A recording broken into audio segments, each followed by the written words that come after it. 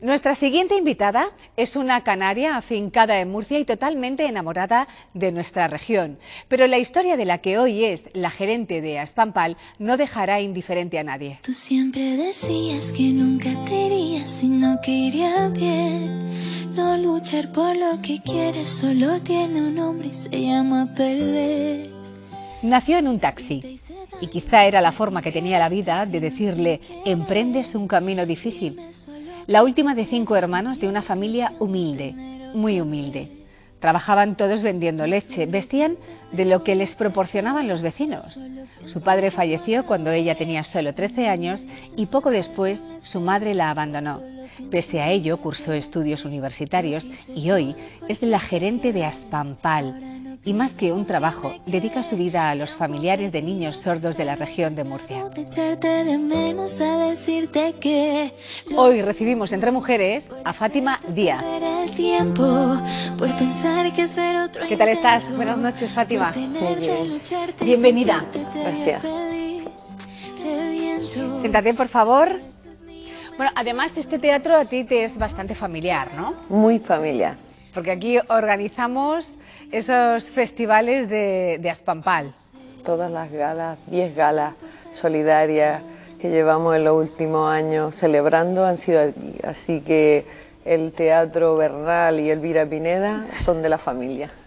No ha sido fácil llegar hasta aquí, no ha sido fácil llegar a lo que eres ahora, Fátima. Toda una vida que vamos a ir contando poco a poco, porque tú llegaste al mundo en un taxi. Llegué en un taxi, no quería nacer y a mi madre le dijeron que se fuera para casa, que no estaba para nacer.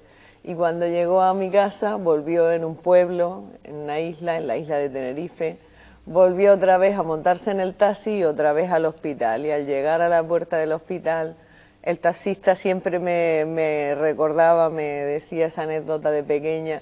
Si yo te sujetaba la cabeza para que no saliera, y tu madre decía: ¿qué quieres salir ya? ¿Qué quieres salir ya?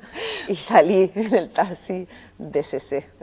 Porque además eres la quinta.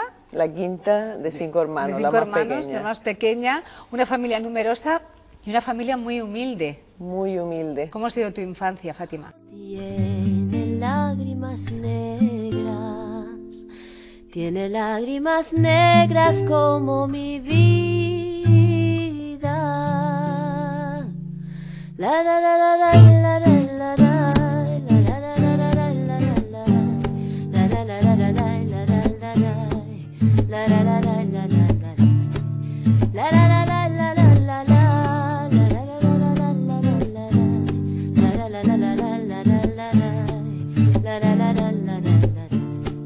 Aunque tú me has echado en el abandono, aunque ya hayas matado mis ilusiones, y en vez de maldecirte con gusto en tono, en mis sueños te colmo, en mis sueños te colmo de bendiciones.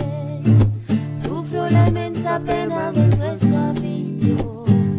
Pues mi infancia ha sido feliz, muy feliz porque no teníamos posibles, pero teníamos muchas horas en la calle para jugar con todos los amigos, para jugar como quisiéramos, para hacer travesuras, pero sobre todo me he criado muchas horas en la calle y he tenido muchas vivencias, sobre todo en el pueblo donde yo nací, en La Guancha.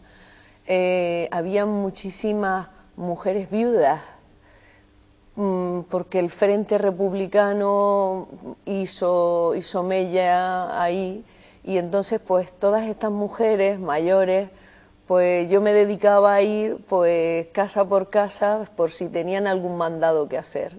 ¿Y tú entonces les ayudabas? yo les ayudaba, o si habían algunas pues que no podían subir las escaleras y yo les tendía la ropa, o les iba al supermercado. Entonces, quieras o no, yo mi mañana las echaba, pues sobre todo en verano, cuando no estaba en el colegio, pues era buscando qué recados y a quién poder ayudar. Tenía una vecina que tenía una parálisis a raíz de una meningitis, y con ella pues jugaba al parchís, le leía las revistas de Lola que le traían, veíamos la tele, en casa no teníamos tele, no teníamos teléfono, entonces yo me suministraba de todo, de una vecindad maravillosa, porque realmente eran vecinos, pero éramos como si fuéramos una familia. ¿Tú siempre has tenido esa vocación de ayudar a los demás? Eso yo creo que ha sido innato en mí. Innato, pero porque también lo he visto en mi padre. Es decir, como vivíamos del campo, mi padre fue emigrante, emigró a Venezuela, entonces yo vivía que cuando nosotros íbamos al campo a trabajar, iba medio barrio y nos ayudaban, y a su vez nosotros los ayudábamos. Entonces había, más que familia, eran los vecinos, que si uno no tenía una cosa, el otro le ayudaba. Entonces yo eso lo he vivido, y es al llegar a una ciudad, es una de las cosas que echas mucho de menos. La falta de valores. Es de esos valores del compartir con el famoso vecino. Yo veía a mi madre que iba a casa de la vecina a tomarse el café, pero mientras tanto le estaba hablando de que aquella estaba enferma, que qué se podía hacer por aquella, pues vamos a prepararle una comida y vamos a llevársela, que el marido está solo en la casa, cosas como esas.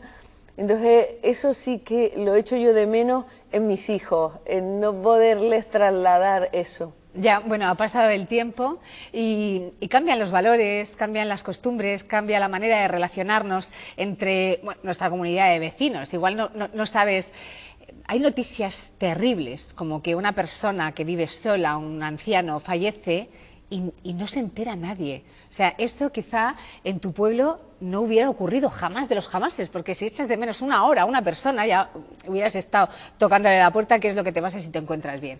Han cambiado los tiempos, pero fíjense qué tiempos. ¿Vosotros vendíais leche?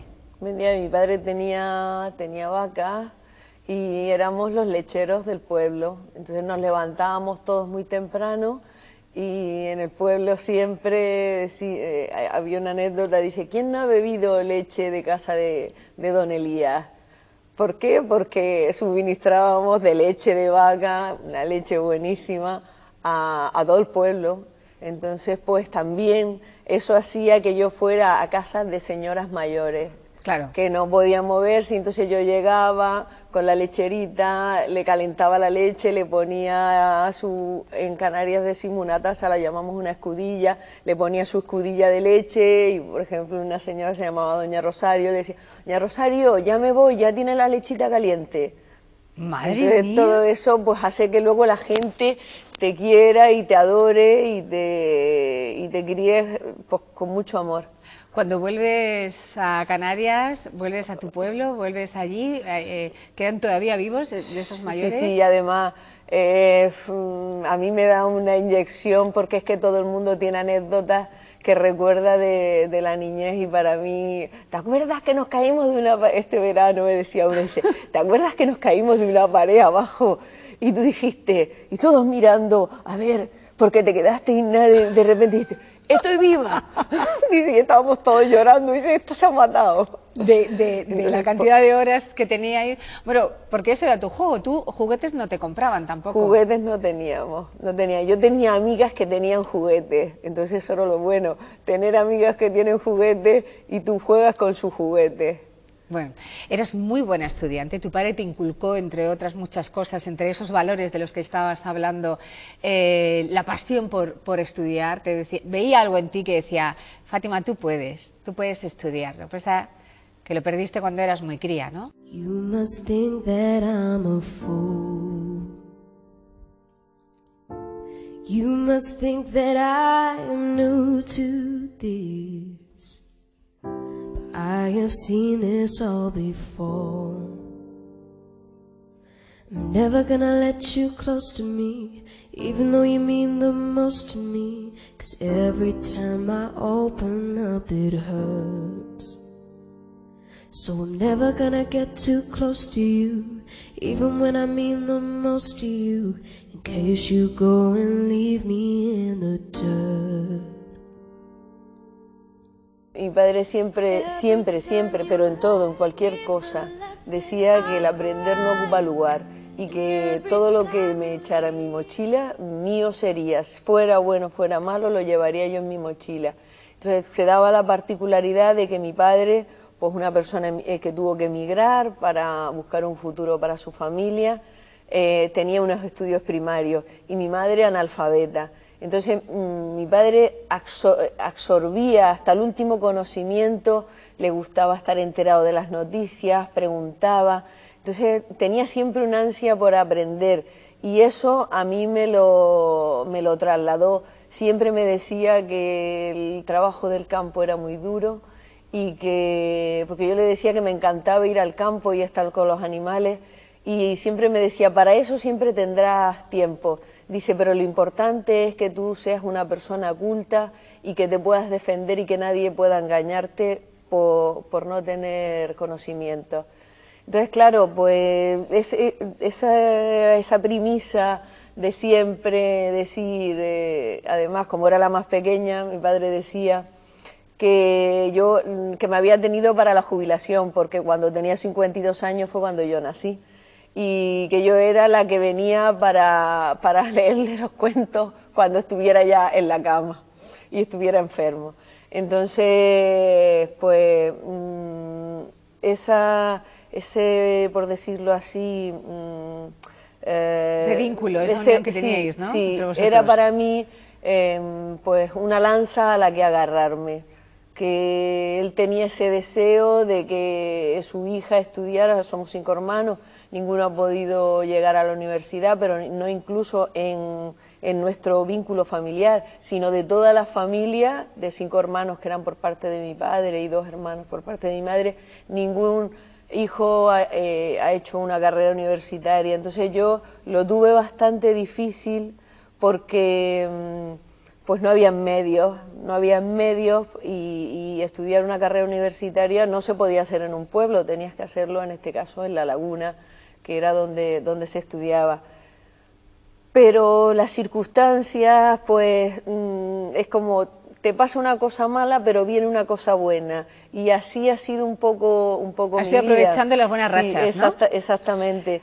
Entonces, pues, con la ayuda de mis hermanos, de gente buena que me encontré en el camino, conseguí llegar a la universidad. Con el empuje de una profesora hice el ciclo de informática, un FP, y me dijo, Fátima, si puedes, haz una carrera universitaria, porque si tú eres capaz de sacarlo. Dice, yo creo en ti y sé que lo conseguirás. Y así fue. Y así fue. Porque la constancia, la perseverancia y sobre todo el sacrificio hizo posible que Fátima consiguiera ese objetivo. No solo eso, sino muchos más. Vamos a ir por partes. Cuando cumples 18, estamos diciendo que con 13 años pierdes a tu padre, que era ese referente para ti, y con 18 años pierdes a tu madre, pero no porque falleciera, es que se fue de casa. Se fue, pues se casó con otra pareja y me dejó en casa. Entonces me dejó en casa, mi hermana, tengo una hermana que es como si fuera mi madre, pues me ayudó muchísimo, mi otro hermano. Entonces, pues entre ellos, pues hay una cosa que legalmente se llama, unos padres tienen un hijo en edad de estudiar y tienen derecho a una pensión. Yo todo esto lo desconocía, todos mis hermanos, pues junto con un abogado, pues es que no te pueden dejar desamparada. ¿Tuviste que denunciar a tu madre? Tuvimos que denunciar a mi madre, con lo fuerte que es eso, que te quedes sin padre y que tu madre al final pues no quiera saber nada de ti. Y fuimos a un juzgado, una cosa que es espeluznante y fría. Y yo empecé a estudiar, pues con ese dinero se llamaba una demanda por alimentos, con ese dinero más todo lo que yo trabajaba, pues en bares, en piscinas, de camarera de piso, eso era como una hormiguita. A todo el mundo, esto para estudiar, lo tenía clarísimo y no había quien me parara. Y justo cuando termino la carrera, me encuentro en la carrera muchos profesionales que se fijan en mí, que ven un potencial, incluso la primera auditora censora jurada de cuentas de Canarias me dijo: cuando acabes te quiero conmigo en mi despacho, porque vales mucho, dice, y me lo has demostrado durante la carrera. Que fueron varias propuestas, y de esas varias propuestas, al terminar la carrera, pues, pero además un 12 de julio terminé el último examen, y el 19 de agosto yo firmé mi primer contrato de trabajo, pues como administrativo, en una ONG. ¿Y qué hace ella? Pues renunciar a esa paga que le proporcionaba su madre para seguir formándose. Entonces eran 15.000 pesetas. 15.000 pesetas. Que te daban a través del juzgado. Tú tenías que ir al juzgado. Yo tenía que ir una vez al mes al juzgado a recoger ese mandamiento de pago, que allí se depositaba ese dinero. Y lo normal era que pues cualquier agente o tramitador expidiera ese documento para yo ir al banco a cobrar, pero en este caso un letrado de la Administración de Justicia, un secretario judicial, era el que, conociendo la historia que estaba ahí por medio, pues me atendía personalmente. Un secretario judicial que lo puso ahí ¿Tú crees en el destino? Totalmente, totalmente, y además el magistrado que estaba en ese juzgado nos dijo, textual, dice, para que luego digan que los juzgados solo dan cosas malas. Porque dice, dio una algo historia muy bueno. Como esta. Dio algo muy bueno, y es que se ha convertido en tu pareja. ¿Cómo explicarle a la conciencia que esto fue mi culpa? ¿Cómo decirle al corazón que tú no volverás? Hacer saber a mis ojos que no te verán nunca. ¿Cómo explicarle a mi boca que no la besarás? Y no es que muera porque no tenga tus besos, pero es que vivir sin eso es como vivir sin razón. Y si tú supieras cómo me duele el proceso de olvidarme de tu cuerpo, me destroza el corazón. Créeme un poco más, te lo suplico, que te me fuiste y no merezco este castigo. Soy un loco más que no ha entendido, si yo solo te daba amor, ¿por qué te has ido? Es que se siente un frío terrible, ya no sé ni cómo decirte. Contigo me sentía invencible. Me amas, pero ¿de qué me sirve? Yo no puedo olvidarte y no lo niego. A pesar del tiempo que pasó sin entendernos, yo sí sabía que por la monotonía de mí te irías. Y qué ironía, y es que ya tú no estás. En el mejor momento te vas. Solo pido una oportunidad para demostrarte que lo nuestro es amor de verdad, pero no estás. En el mejor momento te vas. Solo pido una oportunidad para demostrarte. Conocí allí a mi marido, llevamos 22 años casados, tenemos 2 hijos maravillosos, 2 canarios murcianos, murciano canario.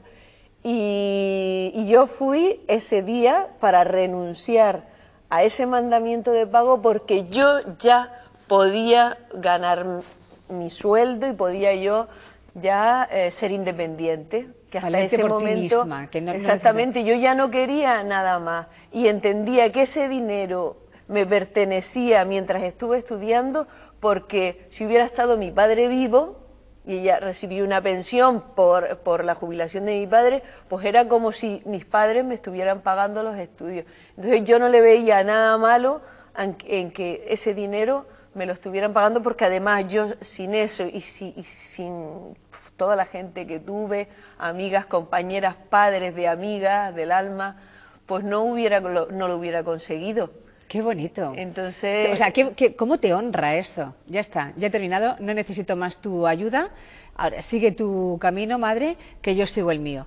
Y el camino que emprendías, ya lo emprendías de la mano de una persona, del secretario judicial, vamos a ponerle nombre. De Joaquín Manuel Mondéjar, un murciano de pura cepa que había ido a conocer el pueblo canario. Es decir, su historia es que él fue a conocer el pueblo canario.